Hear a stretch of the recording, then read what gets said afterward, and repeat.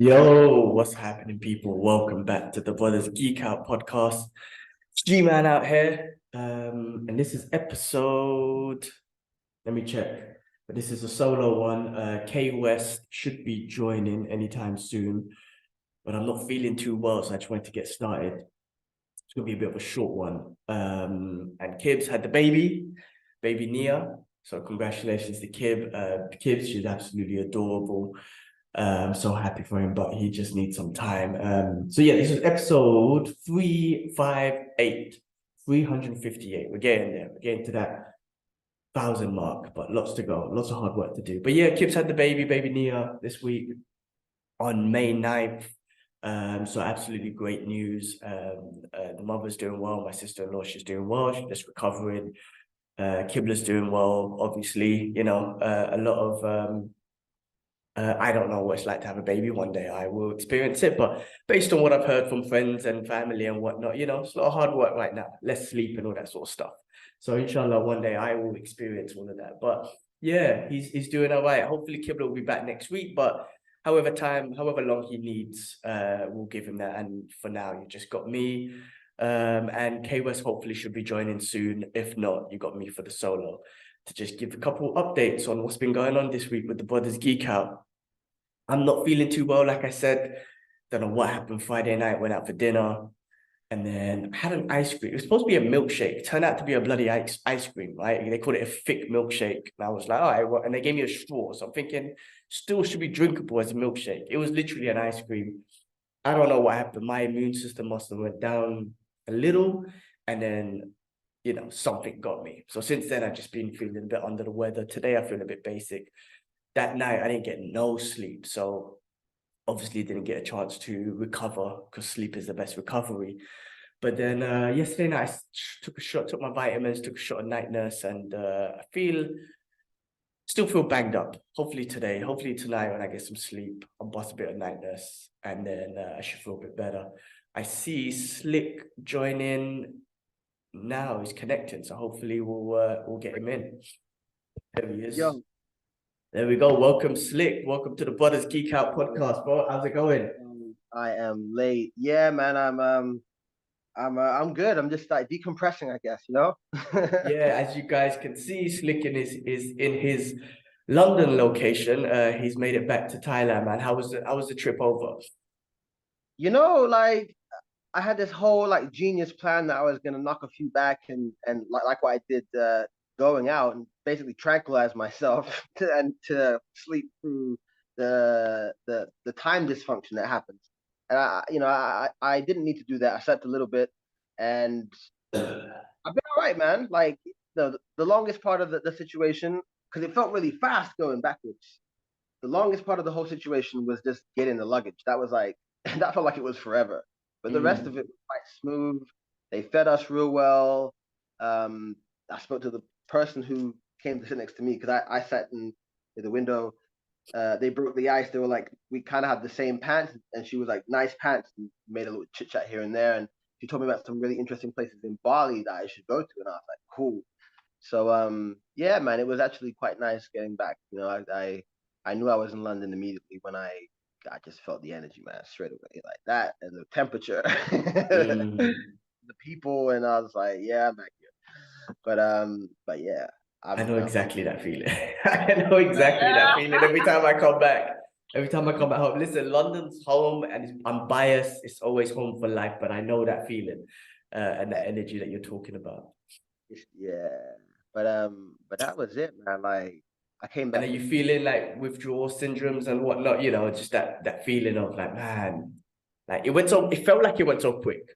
Guys, if you haven't seen it, check out Fight Talk for the last couple of weeks. K West does we kind of documented, on a weekly basis, your Thailand trip. So if you want to see it, do check out the first bit of every one of the Fight Talks that came out. But do you feel a bit you're withdrawn and what's the word, like holiday blue? It's not really a holiday, but the blues syndrome or whatever.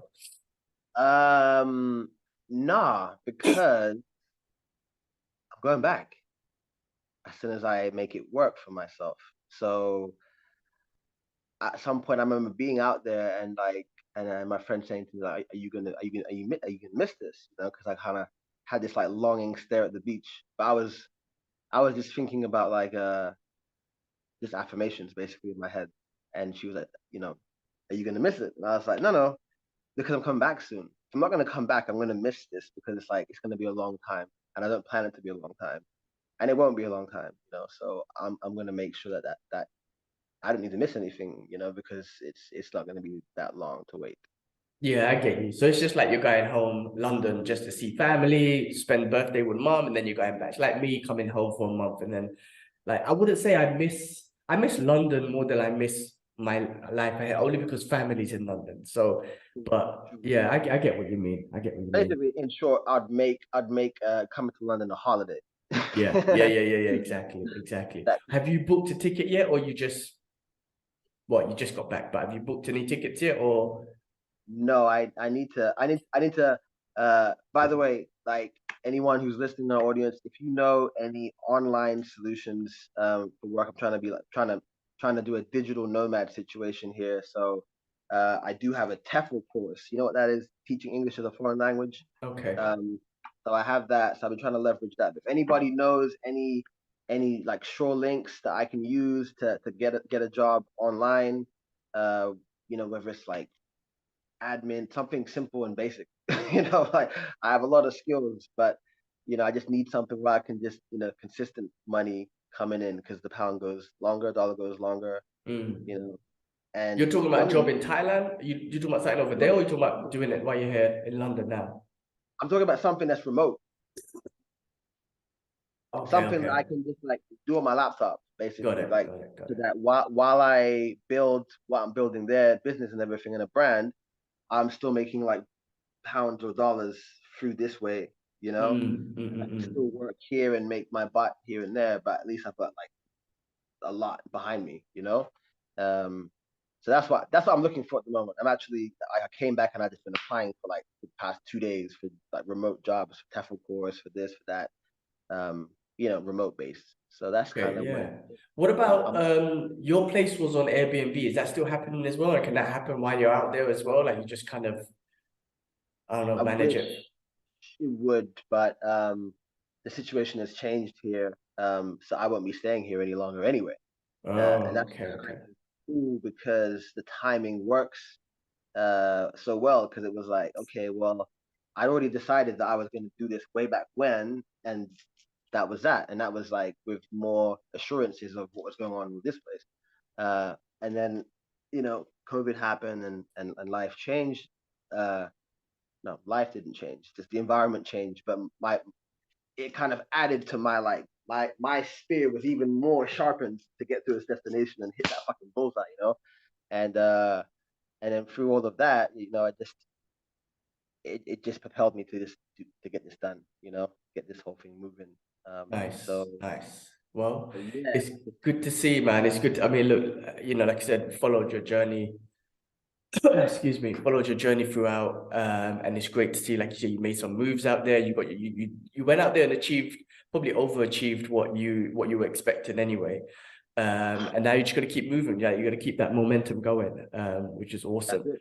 I I'll just tell just I'm, before you jumped on, I'll just say it. I'm just a bit under the weather and whatnot. So yeah. yeah, just What's we'll did keep you these on short and sweet this week. But did yeah, you this week was like even for me, like training, like this week was a hard week in the sense like training for some reason. It was like my first week proper back at training since Ramadan and then since my sister came and whatnot.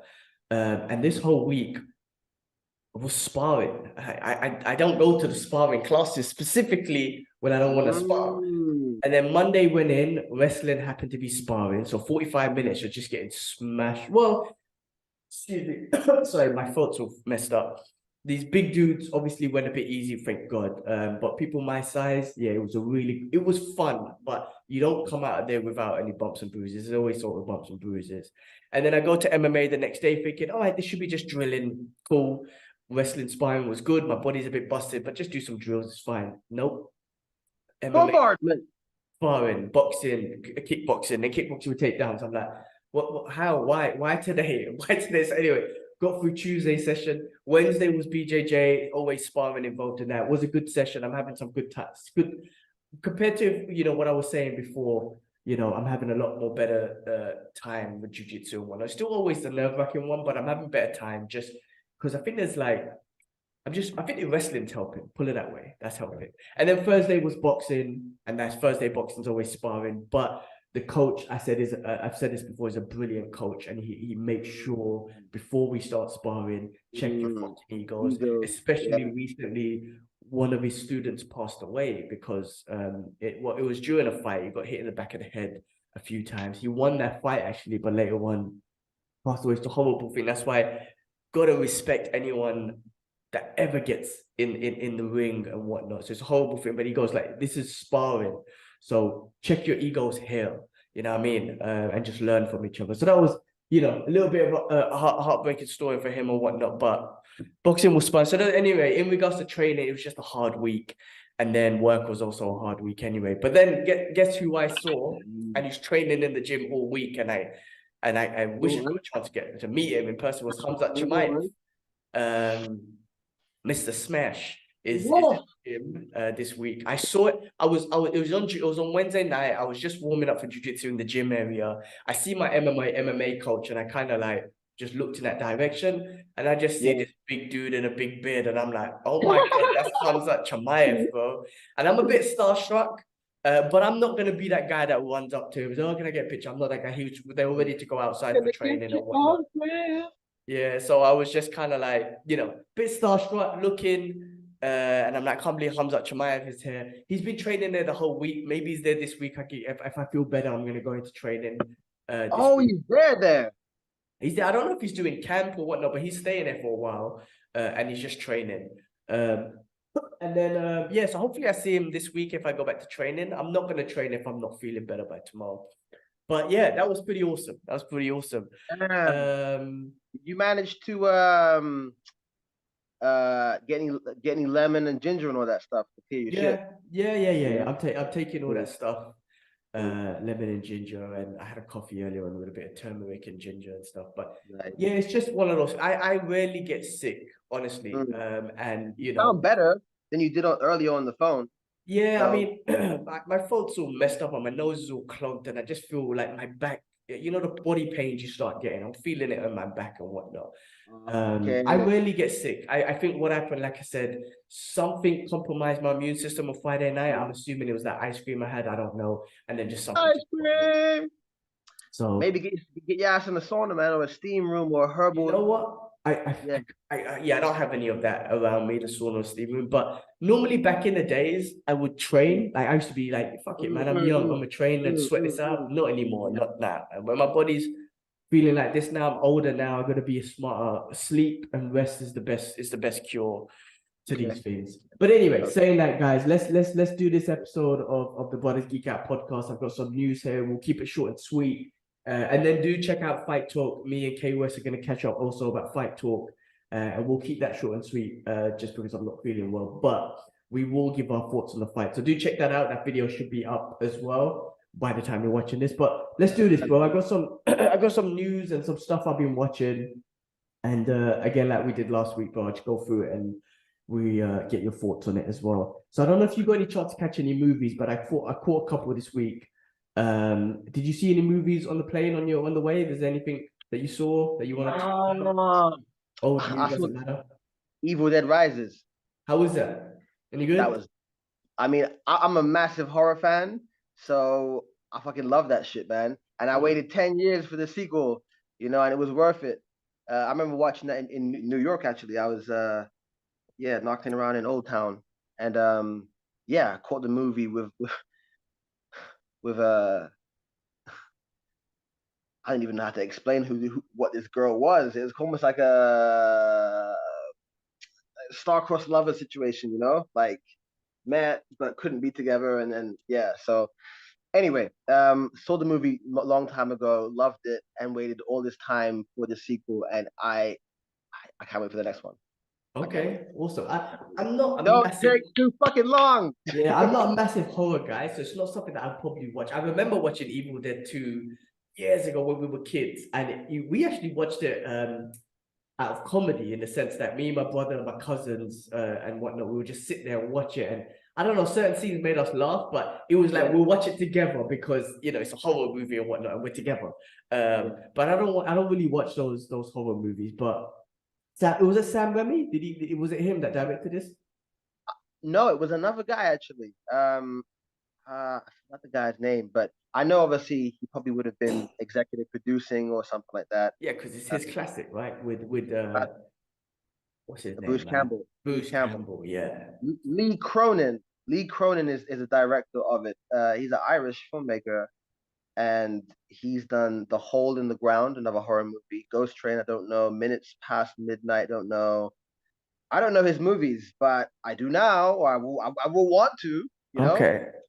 Actually, I know The Hole in the Ground. That's a fucked up movie. Okay, cool. All right, well, I'm not gonna say if I'm gonna watch it just because it's a horror movie and it's not. I guess there's so much things to watch. But yeah, I watched a few. I watched Air. Have you seen Air, the one about Michael Jordan, Air Jordans with Ben Affleck, Matt Damon, Chris No, I Tucker? haven't. Is it worth it? And Beetal Fucking David. really good. Like them guys, when in my opinion, when Ben Affleck, Matt Damon, when them guys put a movie together, like they vibe off each other so well.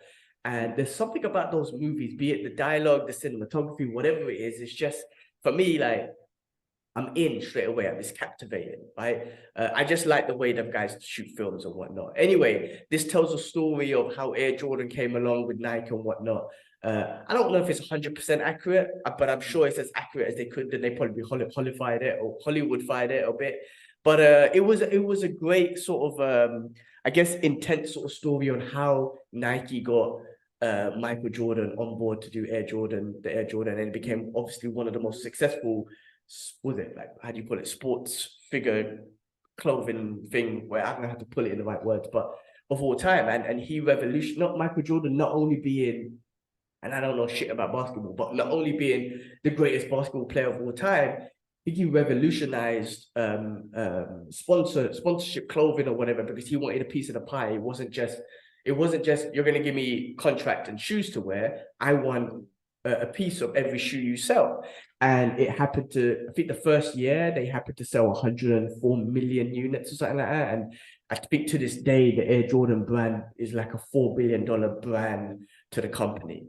And Michael Jordan obviously makes a cut out of that. And it revolutionized Nike, because Nike at that time in the 80s was not the pinnacle of sportswear or whatnot, right? It was Adidas. Adidas were killing it. Run DMC made some tunes and all this stuff. Converse was second, and then it was Nike. Fila as well. Yeah. I mean, the big three that they mentioned in the movie was those three: Adidas, Converse, and then Nike. And Nike was known for its running shoes, so that's what they kind of owned. And Adidas was smashing it with basketball, but they also had like hip hop, Run DMC making tunes. Converse was good out there. Tennis. Yeah, exactly. So then what happened was, after they got Michael Jordan, and they gave him, not only did they give him the deal, it was like the trainer itself.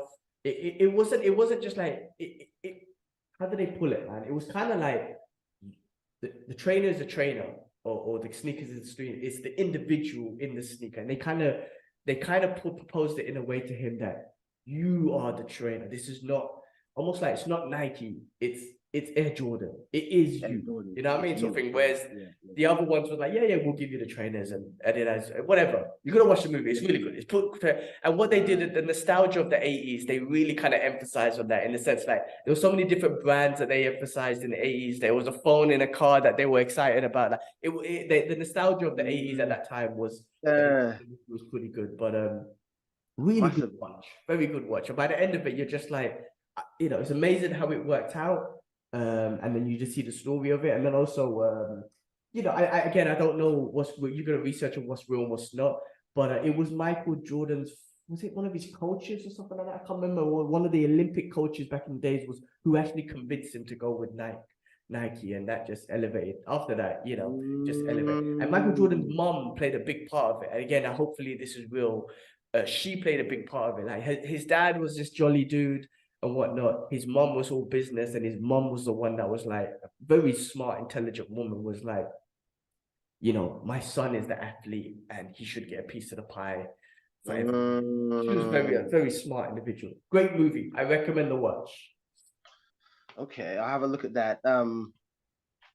It is on my list of things to watch as well. But one thing I thought I'd say, which Michael Jordan said himself, when you called him the greatest of all time, and like he basically said that he didn't play against people like uh, Ab- Abdul Kareem Jabbar, Walt Chamberlain, and all of that. And in each generation, they were the best of all time. So how can I call myself the best of all time? Because I didn't face the best of every generation. And I thought, we speak about, I mean, MMA wise, speak about it all the time about like that same term, but it's the same across any sport, right?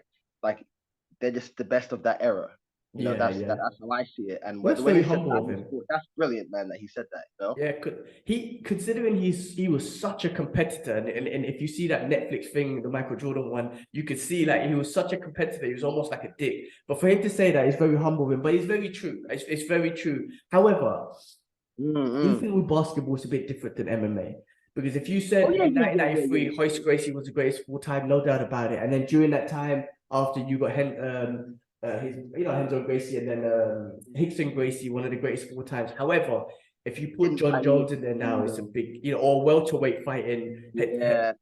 It's different. But yeah, no, I mean, Habib also said this once as well, like when people used to refer to him, he goes, no. I'm on the same level with, I'm in this new category with these guys, the greatest of all time. And it depends, and GSP said it as well, like, depending on the time, I'm the best at that time, but we're on one level. And, Jon Jones is known as one of the greatest. There's going to be some superstar out there that will be, known as the greatest. So definitely, that conversation is it's not as a wild one. Yeah, it's not as clear cut. I mean, with boxing, and I'm being biased here. Again, the greatest of all time, obviously Muhammad Ali. Was he the one that came out with that whole thing? Maybe, I don't know. The reason why they put him up there is what he did inside and outside the ring, and he actually sits on a pedestal on what he did inside and outside the ring. So it's kind of unique in that sense. But that's me being biased towards that. Yeah, I hear what you're saying. I remember, like, you can break it down even further if you want to get super anal and be like, the greatest wrestler in MMA, arguably Khabib. And then you could put it like the person with the best boxing in MMA is this person, and that, like, so you could keep breaking all these things down. It's a rabbit hole. It's a rabbit. Yeah, it's completely. It's a rabbit hole you can go down. It's fun. Yeah, but it's long. Yeah. Moving on, I watched, and I'm gonna finish off in a bit. So, still Michael J. Fox movie just was released on Apple News, and it's just a movie, a little bit about, like, almost like a documentary type about his life. And then, the moment when, he caught Parkinson's and how he kind of dealt with that, and how he tried to hide it, sorry, while he was filming and being successful and whatnot. And then after he came out with it, and how he tried to move. And I haven't finished, like, the last 20 minutes left. It's such an inspiring, like, emotional sort of journey, man. I mean, he was on top of the world after Back to the Future. I mean, you got this young, good-looking kid. Back to the Future was a hit. And then, he talks about how it almost, I guess, because it almost came crashing down because of Parkinson, but the fact that he was kind of willing to fight on and whatnot, and still trying to fight on, considering he's dropped so many times, broken this, broken that, but just keeps on walking. He's a true inspiration, man, Michael J. Fox. I really feel Kibla's a huge fan, as people know. Kibla got really emotional watching that. And I can understand why. Yeah, I can understand why. And you could just see, the guy's in constant pain. He says it. He goes, I'm in pain all the time, but I don't lead off with that. I don't start off with that. Like the guy who was interviewing him, because there was a moment in the documentary, he was like, I need my pills. Can we stop for a little bit? And then the guy was like, are you in pain? He goes, I'm always in pain. He goes, why are you saying it? He goes, I'm not going to lead with that. You know what I mean? Like, I'm not going to, I'm not going to lead up with that. But right now, I just need my pills. It's emotional, man. And I find it very inspirational because people could give up. And, Muhammad Ali had Parkinson's. And even though he tried, I mean, obviously he couldn't box and whatnot, but he tried to do a lot of humanitarian stuff as he had Parkinson's. These people are amazing, even though life could come crashing down as it does, they still try to move forward, and I really respect that about him. So that's another one I recommend watching. I don't know. I don't know if I can watch that, man. It's hard, man. That's hard because like like it's hard.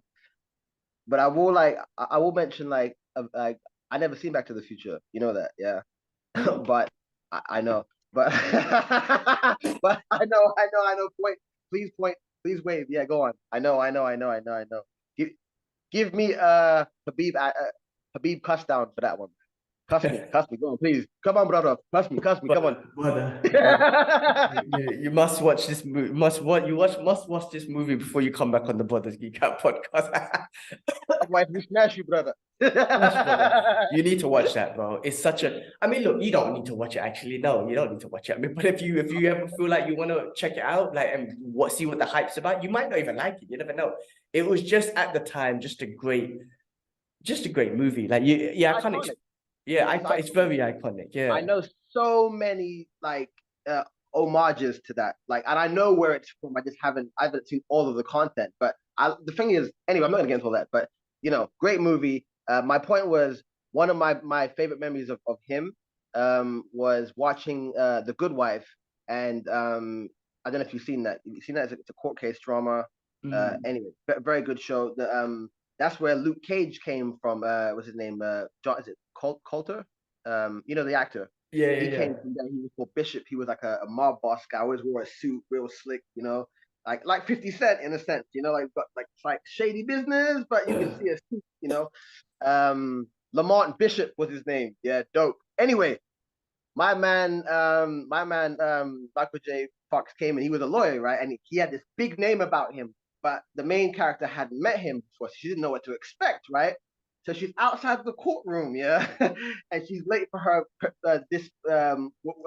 court case. And then this guy, Michael J. Fox, comes and he drops something, and you see him kind of struggling. So he's using his illness in every day in the show. She helps him, and she ends up being late, right? And he ends up going ahead. Anyway, I think his name was Channing. I think his name was Channing. Yes, she knew his name. So she goes to the court case late, all flustered, and he's there, her enemy, the defense, and she looks at him like, "This motherfucker."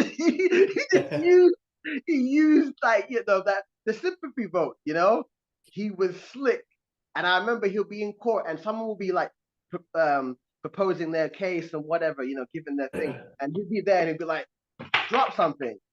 And then it throws them off, and I was like, "Oh my god, this guy, he's doing this!" Like, and I thought he embraced it beautifully. yeah. It's amazing that you said it because that's exactly what he says. Like he had to embrace it. He had to, and there was some roles. Believe it.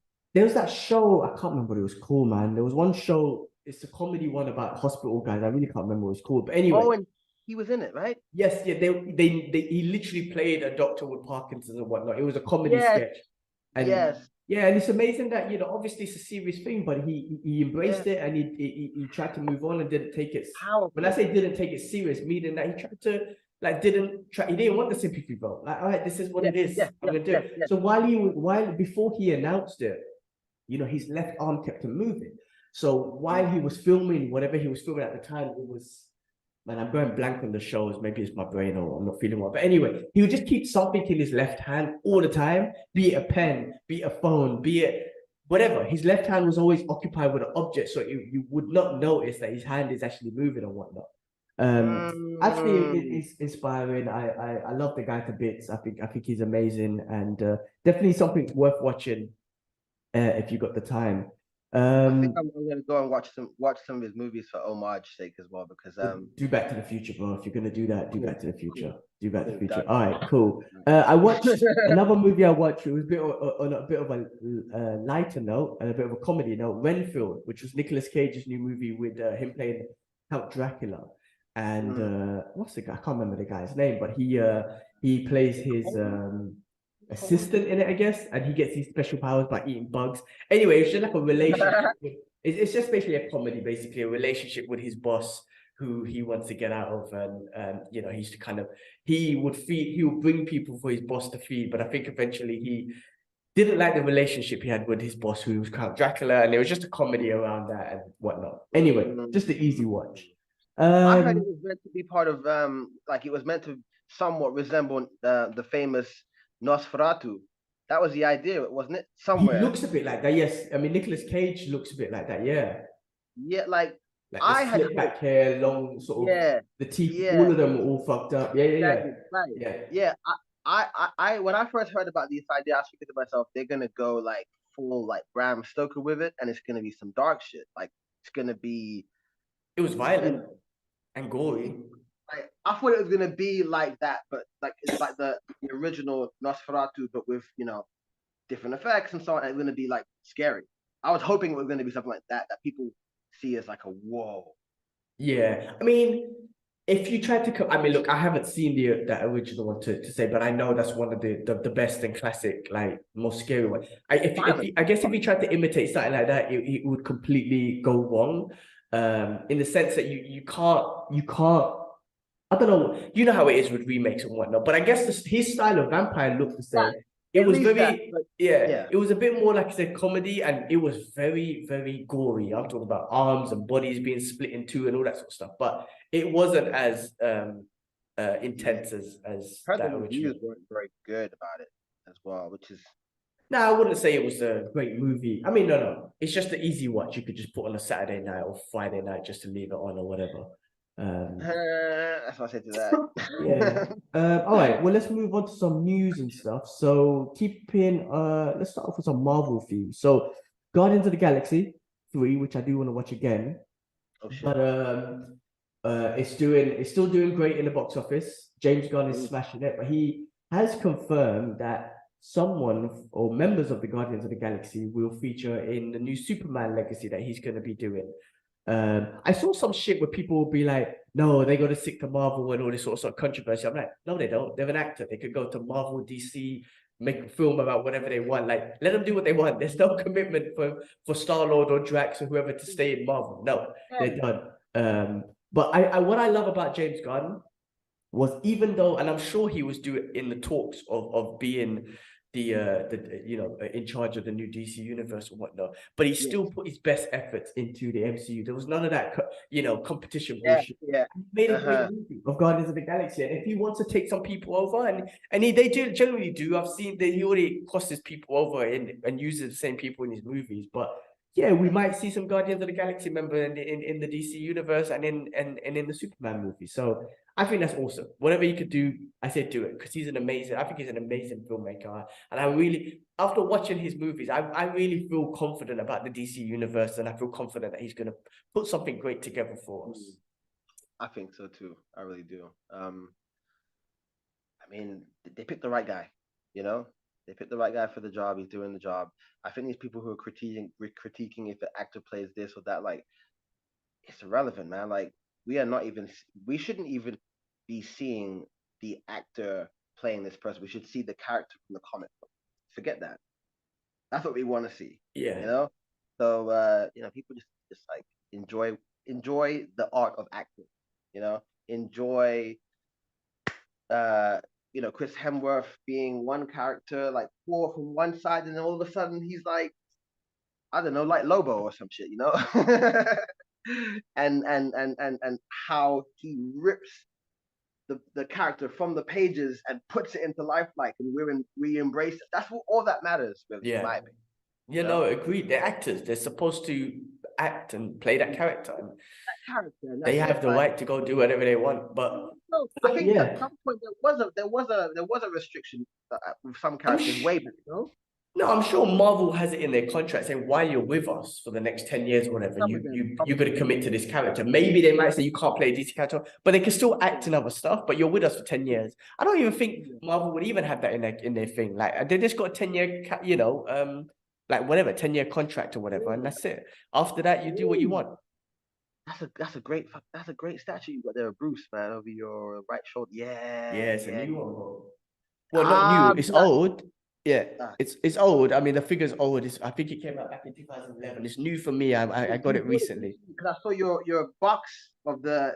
Did it come in that? Yeah. Right.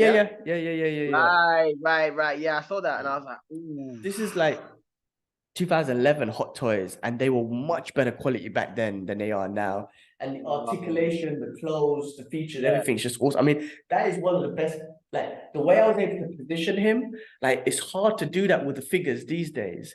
And Hot Toys have lost that quality, but with that old figure, the articulation is amazing. But yeah, no, I done guys, check out I done on the Brothers Geek Out channel. I done a product review for this, the amount of accessories and everything that comes with this product. Do check out that video. It's on the channel. But yeah, I'm glad you kind of noticed that. And on that note, this is Forest Law from Tekken. Oh yeah, exactly, Right. exactly. All right, moving on. I used to block that game down too. Oh yeah, me too, bro. And I'm waiting for Tekken 8. I mean, I lost a little bit of interest with Tekken 7. I think it was 6, 7. Oh, I didn't really get into it, and I didn't really like 6 storyline. 6 is when I started losing a little bit, and then 7, I didn't really. I played it once or twice. I never even clocked it or done anything with it. But 8, I'm looking forward to get back into it. So let's see. I'm looking forward to hearing your review on that. Yeah, what I didn't like about 7's gameplay was I didn't like when you're beating someone, and then when their energy is low, they get this special power thing, and you just press 2 buttons and they do this big combo or whatever. And I was like, that's shit. That's shit. I could be smashing you. I could be, in my opinion, that's shit. Like, I could be smashing you the way I should be, and then you just get this lucky move on me and you win? That's rubbish. So I was like, this is shit. Like, what I loved about Tekken was the martial arts. I always loved Tekken for the martial arts. But that was rubbish, in my opinion. So hopefully, I don't know if they still got it in Tekken 8. Hopefully they get rid of that, because I thought that was shit. Because I'll be playing some dudes and whatnot, and I'll be smashing them with law or whatever. And then their energy gets low, they get this little power up thing, and then they get the move on me, luckily, and then that's it. They have a chance to win. I'm like, this is shit. It doesn't display the skills of, I know it's a video game, but it still doesn't display the skills of martial arts or whatever. I don't know. Getting too much into it. So for me, Tekken 7 was basic. I will see what Tekken 8 is about. Oh my God. You know what? I've never seen you in any other gear but neutral in regards to your temperament. And it's the first time you're talking about that, I'm like, this guy got hurt. Somebody fucked him up. No, no one fucked me up, because I didn't play the game much, and 2, it was Namco that fucked me up, because they're the one who made the game like that. But when I was playing it with friends in Hong Kong, I would beat them, but that little thing, Namco fucked me up, and I just didn't play it. I'm not playing this. This is rubbish. You lost me. That's what I'm saying. Like, somebody fucking you would, like, I could feel like it was personal. You know? Yeah. No, because bro, I played Tekken. I was so into Tekken, and I don't have the time for this anymore. But I tried to learn every single move in their command list, and then I'll go on YouTube and I try and learn combos that people do, and I try and memorize those and do those and shit. I was well into it, but it was like, now you don't really need that. All you need is good timing, and if you can just time that special move, you're good to go. And I was just like, that just ruins the game. So yeah, no, I absolutely agree. So I never played that, but Tekken 8 looks great. So I'm gonna get into that.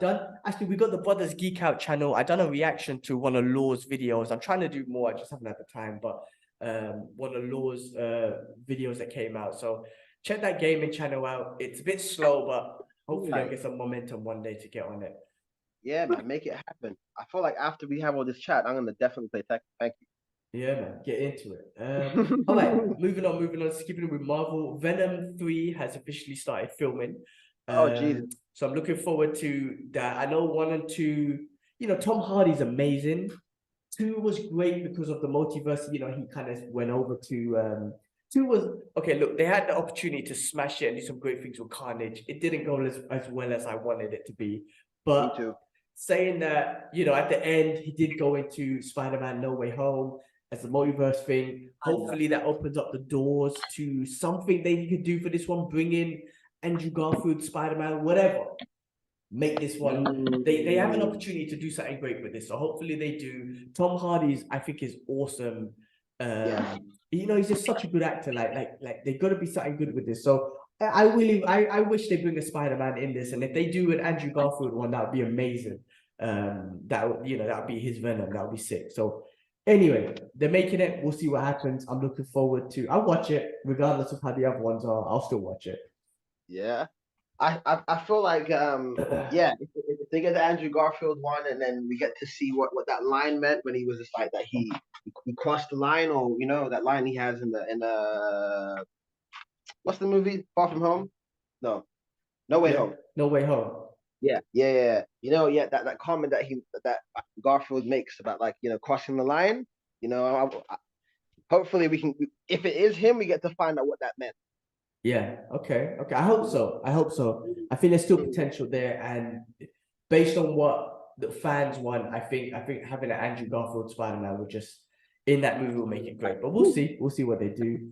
Mr. Jon Bernthal, who's the Punisher, is started doing weapons training now. I mean, he's taking that role serious, and I love that about him. He is my favorite Punisher, even though I love all of them, and obviously I'm Punisher biased with all of them, so I love all of them anyway. But just seeing him on that doing the tactical shooting and just really training for the role, I love it. I can't wait to see Jon Bernthal's Punisher in the new Daredevil. I heard because of the writer's strike in Hollywood right now, that shows on hold, and as well as many other shows out there. But what do you call it? I'm just happy that he's training for it because yes, he's a savage, and I still want to see Punisher do some savage shit and some like commando shit and Rambo shit with exactly, and with a chain gun or whatever. But what I would love to also see is him do some of that John Wick shit, like tactical shooting, and which he did a little bit in his Punisher show, which was awesome. I just want to see more of that because that'd be amazing. I want to see a skillful Punisher and a tactical Punisher as well as the savage Punisher. You know what I mean? There's so much to him. As that character, because when he needs to be a savage, he's a savage, and when he needs to be strategic, he's still a savage, but he's strategic. People you got to see that in him. That's why he's able to, in the comics, and again, I know it's not a real guy, but in the comics, he's been able to not beat, but he's been able to survive, fighting superheroes, be it the Defenders, be it the Avengers, stuff like that. Just using his strategic military mind and whatnot. He is like Deathstroke, isn't he? You can say kind of like that, a little bit. I mean, just the fact that he's human, right? He's obviously got the Mirakuru within his body, so he can heal and all that shit. But his skill level is so high that he can deal with. He can like Batman. Batman can fight with like. I think Batman's a better comparison. Yeah. Because Punisher, like, he has many powers. Punisher does. That's why I put them two together. What's that? Sorry. Punisher kills, right? And so there's Deathstroke, right? So the brutality is only so far with Batman. No? Yeah, exactly. I mean, you could say Daredevil and Batman, I guess, are the same because they had that ethics of not killing. But yeah, I mean, Punisher, he's got his motto, man. Like when I hit them, they stay down. Like the crime ends right here. There's no chance of you getting out of prison and hurting anyone else. That's his motto. Whatever. Listen, guys, I'm not a psycho. I know I'm a Punisher fan. I don't believe in murdering, but I don't know. We all watched, like I said, John Wick, which was amazing, and he was a mass murderer, killing bare people. Anyway, what I was saying, Vigilanteism. What's that? Vigilanteism. Exactly. Listen, man, I enjoy Punisher's got no special powers, but like he's military strategic. The PTSD that he's got, his family being killed and military and whatnot, gives him this sense of not feeling to get through pain. Basically, he's got this ability to get through pain that not much humans can go through. Put it that way. That's what his kind of superpower is, to tolerate the pain, and that's the pain of hurt of losing his family and everything that gets him through it. But Jon Bernthal's awesome. He's a wicked actor in general, and I just can't wait to see it back on the screen. So looking forward to that. Yeah, I mean, you should be. Jon Bernthal reminds me of like a version of Stallone. Yeah, kind of, in a sense. Like, yeah, it reminds me of that. Like he's like this era is kind of Stallone, But like Stallone's great. Listen, because people try to say Stallone's not a great actor. Go watch Rocky and tell me if that's not great acting or not, right? But yeah, I mean, I get what you're saying, but yeah, I think Jon Bernthal's a lot more of a versatile actor. I was gonna add that as well, but I just mean in terms of like bringing that macho to the scene like that, like his Punisher, his war cries reminds me of Stallone, I mean, his one's a little bit more different, but just like out here yelling and shit, like quite ripped. Not as far as that, but he just reminds me of the only other guy that's quite ripped in shape, got the guns and whatnot, and out here yelling and screaming and shit and going crazy like Stallone used to. You know, it's that part of it. But yeah, Yeah, absolutely, Jon Bernthal is a way more diverse actor than Stallone. 100%. yeah, for sure. But yeah, no, I mean, I'm super looking forward to it, man. Yeah, obviously because I'm the Punisher guy. Sticking on with Disney real quick. Oh, sorry, did you ask me a question? No, I was just saying like I'll definitely fuck with that show. Oh yeah, no doubt, no doubt. Disney Plus lost 4 million subscribers. So they've been on a bit of a loss for the last. I think they lost a bunch of subscribers last month or whatnot, or last quarter. And now they lost more, and I think it's about coming up to 4 million. I don't know if that's got to do with content or whatnot. So yeah, it's an interesting thing that Disney's going for. I don't know if it's like I didn't read much about it. I just read more about the loss or whatnot. But it's interesting that they lost that many subscribers because they're number 2 after Netflix. And their growth was amazing. Like Disney Plus's growth just shot up amazingly to that number 2 spot, I believe. Considering they didn't have any new content at the time, you know, they were just growing with the Marvel stuff and the Star Wars stuff and whatnot. And then obviously their catalog of Disney, and then they purchased Fox and Hulu and all that sort. Is it Hulu? Yeah, all of that sort of stuff. Oh, did they? I didn't know that. Yeah, they purchased Fox, and then they had because Fox had all the Disney Pluses like for kids and whatnot. Right. Yeah. Adult content. They had the separate thing called Disney Star or something. I can't remember. Okay. But yeah, they lost 4 million subscribers. I mean, that's a big hit. 4 million subscribers, and if you think about let's say $5, right? So four. Go on. I'm trying to do some maths here. Times 5. Just say $5. Like $20 million. That's a lot of money, man. But I don't know the exact numbers. I just made that shit up. But it's a big hit. But I don't think that hurts Disney. I mean, look, Disney still make tons of money through their theme parks and everything. I think that's where they make most of their money, and merchandise and everything. But hopefully that doesn't put a halt on any of their content that we're receiving. But I have read that they, Marvel's slowing down a little bit just because they want to focus on quality over quantity, which is what we want. So don't lose us with shit quality of stuff. So that could be a thing as well, but I don't know. Anyway, just thought I'd bring it up. Disney Plus. You know what I found was sad is when I grew up and seeing all these old cartoons that I used to watch to get canceled, right? So growing up watching like Biker Mice from Mars and Street Sharks and Beetle Boards, all these different things like Mask Rider and all that, they get canceled and you don't really find out why. And then you get older and YouTube comes out and you're like, wait a minute, all of these shows got canceled because they didn't sell fucking toys?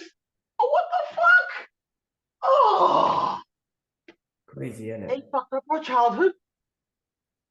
Yo, crazy. And then you look it up, and then you realize like, like all of this money, like this adult money shit going on all this time. When you were younger, you had no idea, and it's like, damn, when you find out about it, it's like, oh, business. Exactly. I mean, when Marvel made the deal with Sony about Spider-Man, as far I'm sure there was so much more to it, but as far as I remember, Disney said, we'll make the movie, we'll be in charge of it, we're going to use the character.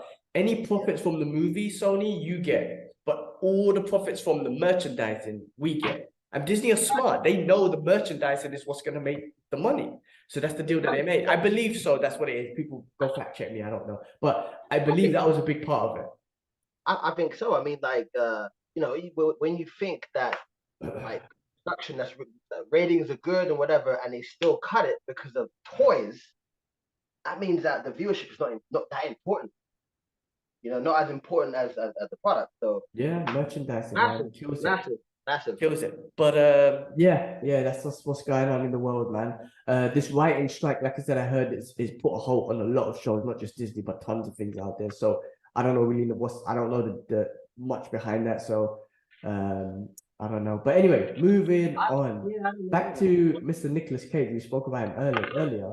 Him, Nicolas Cage, and Bill Skarsgård, yes, are set to star in the Lord of War sequel in 2000. The sequel to the 2005 Lord of War movie, which was like a movie about the arms dealer. Arms dealer, exactly. Yeah, I never saw that. To be honest with you, I can't remember that one, and I need to go back and watch it. But it was like after the Russian War, something like the Cold War, the arms dealer, right? Yeah. Something like that. I've never seen it, but I think it isn't that the movie where they show like a bullet being manufactured and it goes through time. I can't remember, man. It's been such a. I feel like I haven't seen that movie. I feel like I have when I heard the name, and when I go back and read on it, I'm like, maybe I haven't seen it. It's one of those ones. There's an image. I know it's one of those movies, but there's an image I remember, and it was like somebody was manufacturing a bullet, right? And it was like maybe a family member, and then it shows you where that bullet goes, and it ends up killing that person's grandson or something. It's crazy. Damn, that's deep. That's deep. Yeah, Okay. it might be that movie or something, or another movie. But anyway, whatever. I do need to check that out. I think I need to swallow a movie I need to put on the list. But it's great to see Nicolas Cage still doing the thing because I'm a fan of him. So great to see that. Talk about old school actors. William Defoe still doing the damn thing. My guy's going to be in Beetlejuice 2 with Michael Keaton and Jenna Ortega. Is it Jenna Ortega? Yeah. Probably her. Yeah. What? Okay. Well, like I didn't know about William Defoe, but I'm glad that they got Keaton back in it because that. Of course, you can't have Beetlejuice without Keaton, man. That would have been a big mistake. Winona Ryder too. I don't know if she's in it. But Jenna Ortega fits in straight, especially after a performance from Addams Family. So she fits in perfect into that movie. You can't do Beetlejuice without Michael Keaton. He's just the best. And William Dafoe's got a face that you can, like, he's got one of those faces that he can play a character in Beetlejuice. Put it that way. Without much makeup is what you're saying. Without much makeup, I mean, he's got a very expressive face. Which is why he was awesome as Green Goblin, and he'll be amazing as Joker if he ever does it, I reckon. But yes, he'll be a part of Beetlejuice. Sorry. Say again? No, I'm just saying that's it. He will be a part of Beetlejuice too, and I'm looking forward to that one. Okay, yeah, no, me too, man. I'm gonna watch that movie again. You out here dropping all these nuggets of movies, thanks, man. Yeah, I mean, this is what the Brothers Geek Out do, man. We drop these nuggets, we collect the information throughout the week. I can't take credit for the news coming out, but I can take a bit of credit for gathering it from freaking the internet and expressing it to the users. It's always good stuff to know. Lastly, anyway, to finish off, both Lindsay Lohan and Jamie Lee Curtis are currently in talks to return in the follow-up of 2003's Freaky Friday. And that's the movie where they switch bodies and whatnot. So yeah, if you're a fan of them, or if you're a fan of that movie, I remember watching that one when I was in the days, but I can't tell you that I'm a mad fan. I'm gonna watch it. But if you are a fan, yeah, do check it out. Lindsay Lohan, Jamie Lee Curtis. I don't know. Maybe they switch bodies again. I don't know. But they're talks to make it part 2. They're in talks to make it part 2. You would watch it? I don't know. If there's nothing to do, there's so much shit to watch. Like the thing is, I talked to kids about it the other day. Like there's so much shit to watch. Back in the days, you would have to watch it because it's the only thing to watch. Now it's like I got options and I want to watch it, but I need to prioritize things first. You know what I mean? So I prioritize what I like over stuff that I probably wouldn't watch if I had no choice or if there was nothing else on. You know what I mean? Yeah. Like my mom said something like, "Have you ever heard of a show called Twin Peaks?" Yes, I haven't watched it, but it sounds familiar. Yo, that show is crazy dope. Like a lot happens, and they keep you on the suspense about who killed this girl for 25 years. It's loopy. Anyway, point is, my mom watched the show, in the 80s and stuff, and she said she watched it all the time. And I said, and then I had heard about it and watched it myself, and I said, how the hell? Like, why would you watch this show? This is what we watch now together, like X-Files, like crazy kooky stuff. And you watching that when you're like, what, in your 20s, like what drew you into that? She said, that's all we had on television. Okay, I get it now. Well, think about it. Same with us. I mean, we started off with channels 1, 2, 3, 4, right? And then channel 5 came out. This is the UK I'm talking about. And I remember I think it was like channel 2 on a 6 o'clock, 6:30 after school. You had stuff like Quantum Leap, and you would watch that. And you would have stuff like Fresh Prince of Bel-Air and whatnot. So this is what we grew up with. And you couldn't, nowadays you skip through the channels or you skip through Netflix. And I'm like, I don't even know what to watch because there's so much shit to watch, right? And yes, I'll have favoritism over maybe like comic book stuff or like, I don't know, Adam Sandler, comedy movies, whatever. But there's so much good content on there. Sometimes you'll miss it because you don't know what to watch, right? But back in the days, you had no choice and you would just watch it. And that's how we got into shit. You know what I'm trying to say? Absolutely. Quantum leap. Content is king now. Think about it, man. Like any, like, fucking hell, so many platforms, movies, YouTube. There's so much content out there, and there's just enough time. There's not enough time to watch it all. Put it that way. That's why we have to prioritize. That's why, like, I always say, you like what you like, you prioritize it, you watch it, you enjoy it. And that's what's most important. Whether someone else likes it or doesn't like it, fuck it. You don't have to watch Squid Games because everyone else is watching it. Like, I'm not into that shit. I'm not gonna watch it. Cool. Like, do you know what I'm trying to say? Like, everyone has a choice. And that's why I always say about the critics. Oh, the critics of that movie shit. Okay, well, then if that's the case, then don't watch it if you're gonna follow the critics. But you should be your own critic. You're an individual. You might like something that someone else don't like. That's okay to do. You know what I'm trying to say? It doesn't mean you're a bad person if the critics hate a movie and you won't like it. Like, this is what I'm saying. Like, if a movie comes out, a Marvel movie, a DC movie, especially DC, let's put DC on. You know, I'm a comic book fan. The critics are all cussing it and this and that. I'm like, well, I'm gonna go fucking watch it because I'm a comic book fan and I want to see Batman and Superman on the same screen or whatever it is. So I'm gonna go watch it and I'll make the decision on myself. And yes, if the movie's shit, then it's shit. But at least I saw Batman and Superman on the same screen with some epic action and all that sort of stuff. That's all I care about, right? And if I just listened to the critic and didn't watch the movie, I would have missed that experience of, you know, seeing them on the big screen. Do you know what I'm trying to say? Yeah, no, I feel you in that, and I think you know, because we live in a society where everyone's so separated and you know, like, just trying to find themselves. I think everybody is very open and quick to be part of something, part of some kind of, you know, belonging to something. Yes. Tribalism. Yeah, exactly. So I think it's a lot of that, you know, situation going on there because we out here together, but we alone. Exactly. You know? And people want to, you know, like, even with that, if you're in an opposite tribe or whatever it is, people just want to disrespect you. Like, the amount of racist shit that we get. We're a small little podcast. Right? I went straight to racism, which is extreme. But we're a small little podcast. Me and kids are growing and whatnot. And we get positive comments and it's amazing. But the negative ones are hilarious because this individual who probably needs some help, to be honest with you, but has probably nothing going on in his life, probably you know, like, needs help or something, but they got a moment where they want to get a reaction and they want to insult you with a couple of words and they go straight to racism. Like, that's the best bit. Like, that they think that, like, if I do something racist, that will get the reaction of these boys and that will insult them and make them feel a certain way and whatnot. So they go straight to the most, like, almost extreme thing of racism to disrespect us and stuff. And I feel like, you know, I don't read the comments. Kibla does, and I'm like, Kibla, try to ignore that shit. I do the Joe Rogan post and ghost thing, and don't let that shit get to me. But that individual probably needs help. But in my mind, I'm like, fuck them. They can say whatever they want. I mean, it feels constructive criticism to be like, gee, you should watch. Like, if I say a movie was shit, for example, they're like, no, gee, look at it from this perspective. I'm like, well, that's an awesome constructive criticism. But if you're just going to be like, well, look at this packy on screen, and sorry to say the word, but that's what we record anyway. You're just kind of like, oh, no, it was a curry something as well. It's like, well, you're just trying to insult because something's wrong at the moment in your life and you just want to insult me because of my heritage or the way I look or whatever. So it's weird. Tribalism and putting yourself in groups, it gets you to a point where you want to insult someone else in another group so bad. It's such a weird human trait, and it's over fucking movies and whatever, like. You know, it's not even tribes. We're not even living in different tribes and hunting and shit and trying to fight over a goat or whatever. It's about content. It's crazy.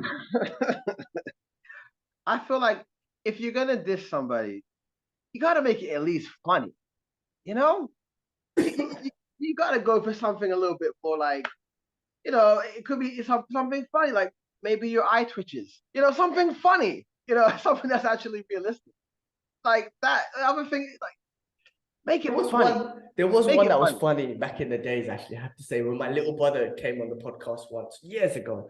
And so someone commented saying he has really pretty features. He could be a really he'll make a really good lady boy or something like that. And we were busting up.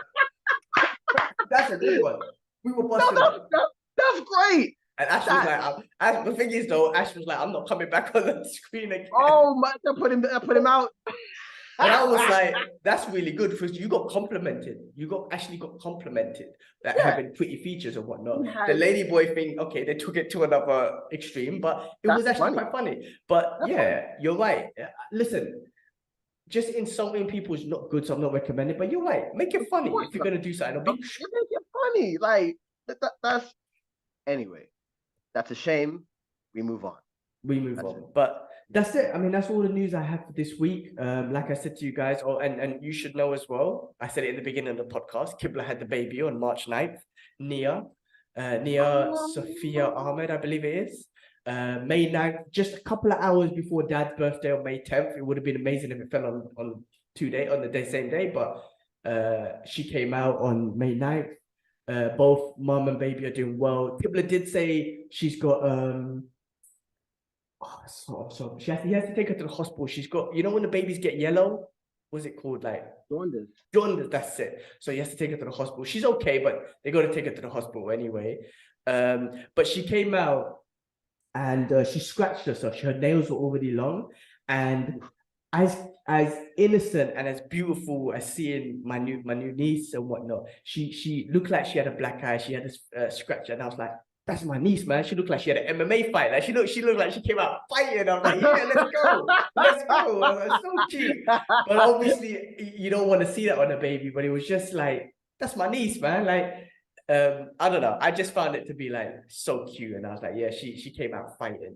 And it was awesome. But yes, so Kibla should be back in the next couple of weeks, maybe next week or not. But thank you, K West, for filling in and giving your thoughts. And you know, I really appreciate your time doing this podcast, and you know, we can still keep the listeners going with the news that we get every week. Yeah, man, it's incredible. I'm always happy to come on, and congratulations to you and your family as well, because like I was thinking at some point, like, and then when you asked me again to do this show, I was thinking, okay, so it must have happened. Okay. So yeah, I'm really glad to hear that they're both doing well, man. Congrats. Awesome. Thank you, man. Thank you. All right, well, listeners, thank you so much for watching. As always, appreciate it. Do like, subscribe, all the other good stuff. Do watch out for all the other content. Look out for Fight Talk. Check out the gaming channel, which is slow at the moment. I need to work on that. Do check out all the other clips, the shorts, and anyway, just thanks for everything, man. So appreciate it, and we'll see you on the next week's episode. Peace. Cup. All right, let me get a pick, bro. That's it. Yeah, man. Captain Cut, stripes.